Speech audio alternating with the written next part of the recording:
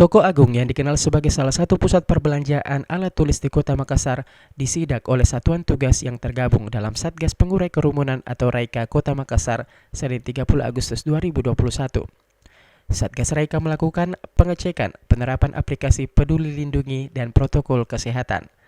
Kepala Seksi Penegakan Satpol PP, Mufli, mengatakan kedatangannya untuk memastikan setiap pengunjung diperiksa status vaksinasi sebelum masuk ke toko.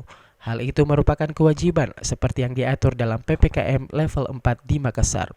Pemeriksaan dilakukan secara tertib, mulai dari pegawai yang bekerja di Toko Agung, pengunjung, hingga tukang parkir yang berada di sekitar toko alat tulis tersebut.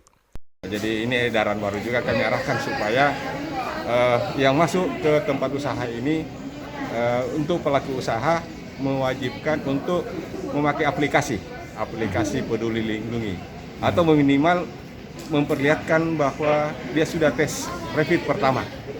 Ya. Dari jumlah pengunjung tadi memang ada kepadatan, tapi kami dengan pengelolanya supaya dia berjanji untuk mengurangi kepadatan tentunya kepadatan pengunjungnya dan jangan berkerumun. Apa yang dari tukang parkirnya, kenal padat juga tukang parkirnya. Nah, itu yang kami siapkan pada hari ini. Ya. Ini Pak khusus untuk karyawan atau pengunjung juga?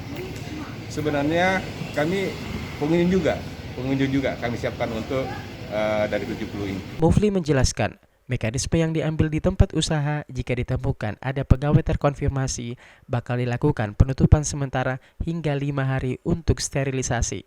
Sementara tindakan yang dilakukan untuk masyarakat yang belum memiliki kartu vaksin akan dilakukan swab di tempat. Ira, Fajar TV dan Fajar Radio melaporkan.